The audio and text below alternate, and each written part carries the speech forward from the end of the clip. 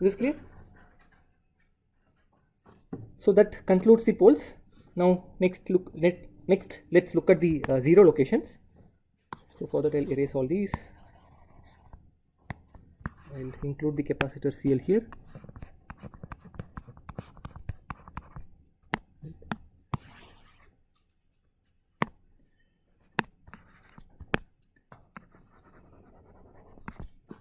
So now tell me, if I am trying to find the zeros, should I be worried about the input and the output? Yes, because it is strongly dependent on what is the input and output. So let's say this is V1, V2, Vout. So how many inputs we have here? 2 inputs. So I have 2 inputs, V1, V2. So which means I can define 2 different transfer functions with respect to each of the 2 inputs to the output.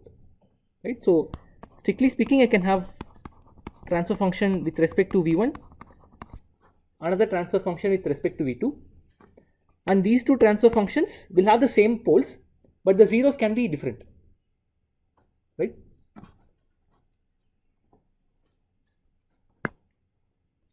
But remember, this is a differential amplifier, that's what you want to build.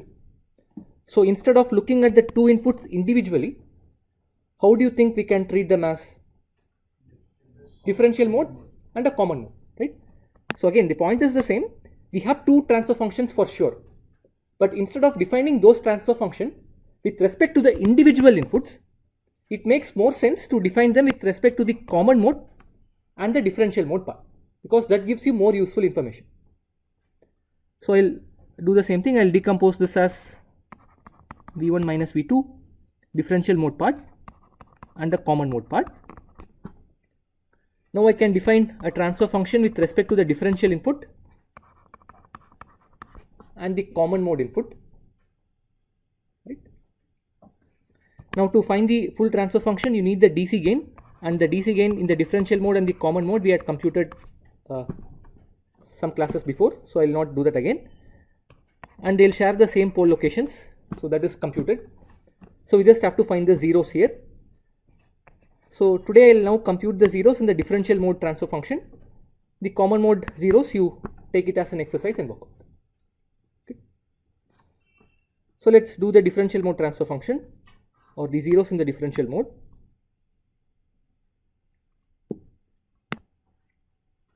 So the differential mode, the inputs I feed will be plus VID by 2 and minus VID by 2. Okay.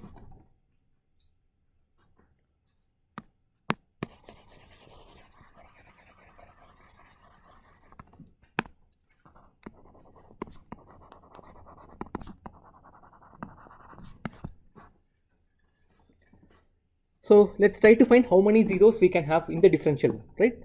So again, the same thing. How do you find if the circuit has zeros or not? You short a capacitor. Let's try with one capacitor. I short CL, the output is 0. What happens if I short CX? Is the output 0 or non-zero? If I short this fellow, this transistor is still providing some current, so output will be non-zero. So we definitely have 1 0. We can also see if we have 2 zeros. For that, I should be able to take 2 capacitors in the circuit, short them simultaneously, and still have a non-zero output. So here, which 2 capacitors can be shorted simultaneously, do you think? C3 and? If I short these 2 fellows, now you see that the left side transistor is now useless because the drain current here is going to the ground, but you still have the right side half that will generate some non-zero current in response to the signal. So the output will be non-zero. Is this clear? So how many zeros I can have? 2 zeros. Of course, you can't have 3 zeros because the moment I short CL, it is gone. So you definitely have 2 zeros here. That is because I can short C3 and CX simultaneously.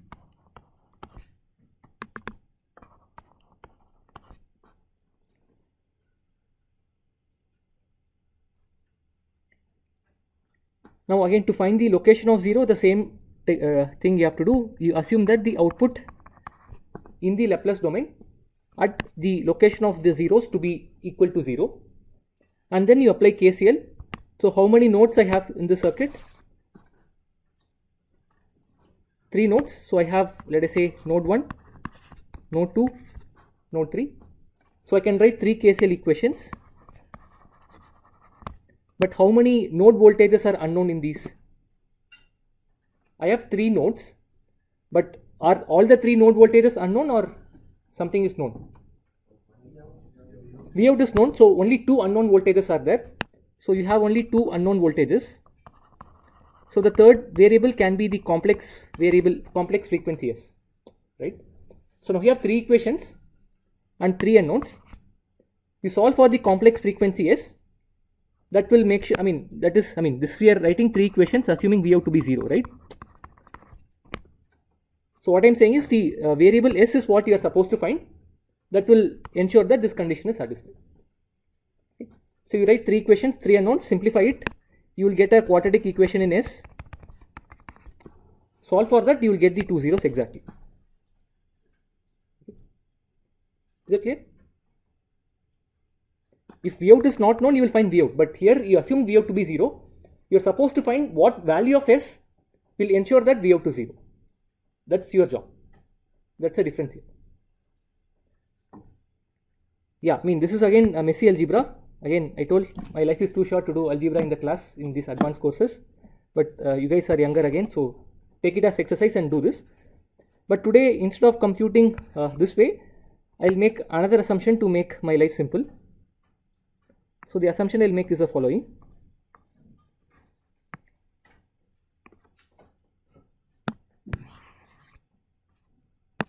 So what I'll do is this, I'll make another assumption that I am ignoring the R0 of the NMOS transistors.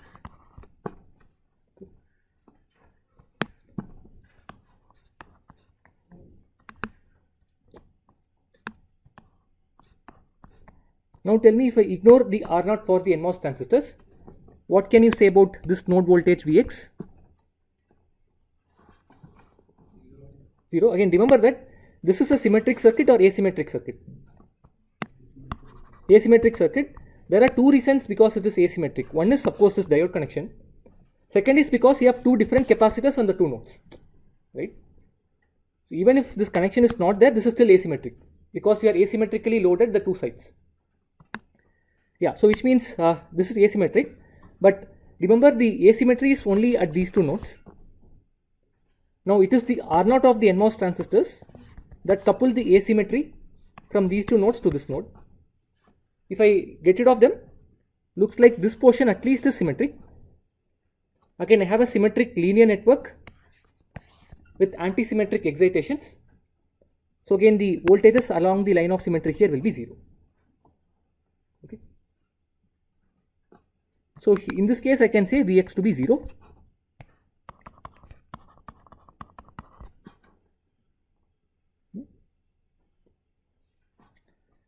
But this is where things become interesting. So if this is 0, I know that this is grounded. So I can redraw the circuit this way. This is essentially grounded. And now it looks like the Cx is not contributing to anything in your circuit. Right? Is this clear? And in this circuit, how many poles do you think I'll have? 2 poles. I have only 2 capacitors contributing actively. So I seem to have only 2 poles. And how many zeros I'll have? Yeah, I can only short 1 capacitor. So I seem to have only 2 poles and 1 zero. Correct?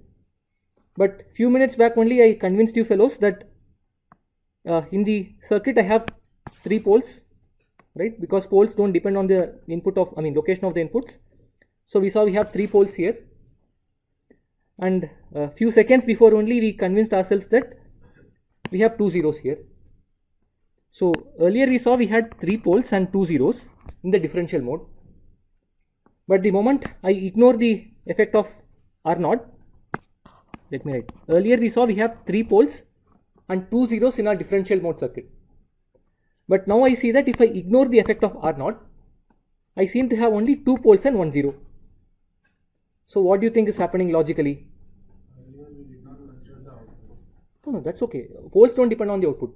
I mean, based on the statement I'm making. Earlier we saw 3 poles and 2 zeros. But now if I ignore R0, I seem to have 2 poles and 1 zero. So what do you think should be the logical reason? Yeah, the only logical reason is that additional pole and a zero become exactly equal and they cancel each other. That's the only logical explanation, and that's exactly what happens. Okay, and this is yet another example of what I introduced you in the last class as uncontrollable or unobservable state.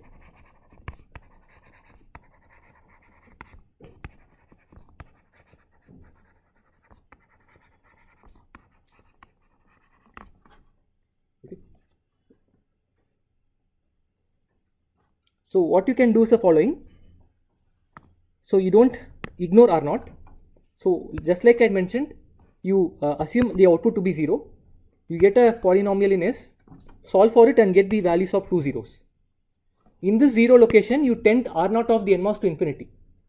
Then you will find that 1 0 will exactly become equal to this pole location due to Cx, and they exactly cancel each other. It is a slightly lengthy algebra, so that's why I'm not doing. But if you are interested, or I will strongly suggest you kind of do it and convince yourself. Right? You solve for this S, you'll get a root, 2 roots. If you put R0 of the NMOS to infinity, one of the zeros will exactly equal the pole we computed here.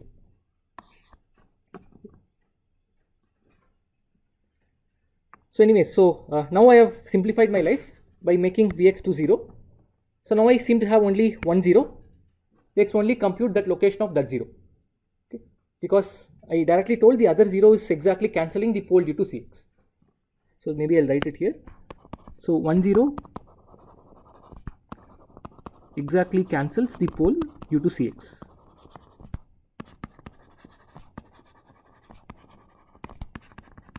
That is basically 2 GMN by Cx. Okay. Cool.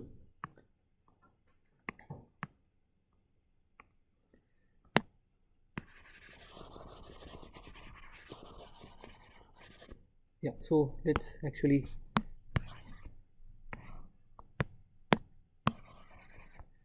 now try to find the location of the 0, and I'll simplify the circuit. I'll get rid of this fellow. It's not needed. Okay.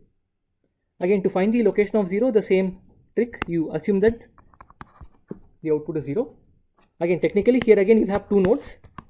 You can write 2 equations, but only one node voltage is unknown. So the other unknown will be the complex frequency S, and you will get it. But let's try to get more qualitative sense of why the 0 is coming about. So here, do you think the output is obtained as sum of 2 different voltages? No. But at the output, do you see 2 different paths for the current to flow from the input? What are the 2 paths? Yeah, let us say I call this M2, M4 now. Let me give names for these fellows. What is one current? One is the current due to M2, due to this input. And what is the other current? Yeah, again, the current due to M4 is coming because you are feeding voltage here. That will result in a current here. That current gets mirrored and comes. Okay. So let's try to write the currents now. So if I call this I2, what is I2 of S in the direction I have marked? Yeah, plus GM, plus, right? Yeah, plus GM, let's say NMOS times VID by 2. This is all in Laplace domain. Okay. Now, what can you say about the current I1? I1 in the direction I have marked, what is I1? Minus GMN VID by 2 of S. Now, to find the current due to M4, I need to find the this voltage, let us say VGP, right? That is same as this voltage VGP. I know the current flowing upwards, that is I1. So how can I find VGP of S? In terms of the current I1, can you tell me what is this node voltage? I1 into the impedance, total impedance here, right? And what is the total impedance? Yeah, you have 1 by Gm, but in addition we have something. Yeah, it is 1 by Gm in parallel to the capacitance C3. So the conductances add up, right? 1 by Gm parallel 1 by SC3. Conductance just add up. So I'll directly write it as again, yeah. So this is minus Gmn VID by 2 by Gm of the PMOS plus. Okay.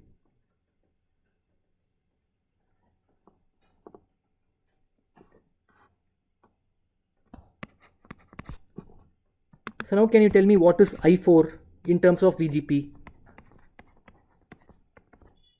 Look at the direction I have marked. In terms of the gate voltage, what is the current flowing from source to drain in the PMOS transistor? Plus Gm or minus Gm? Minus, okay. Gm VGS is the current flowing from drain to source, correct? We are looking from source to drain, so it's minus Gm VGS. The source is incrementally short, so this is minus GMP times VGP of S. So if I write this, this is GMP GMN VID by 2 by GMP plus SE3 .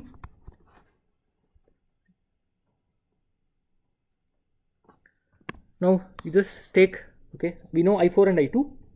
What will I do now? Okay, let me erase these things and make some space. Till this point it is clear or any? Okay, hopefully I didn't make a mistake. Yeah, so let's say I erase these to make space. This is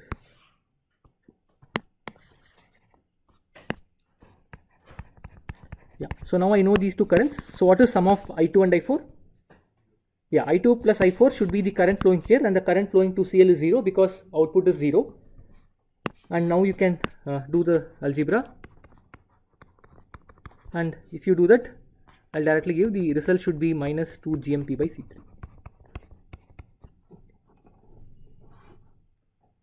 Yeah, I think that's what you.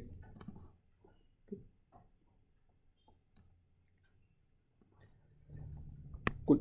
So that's the 0 location, and again this 0 is in the left half of S plane because you have the negative sign.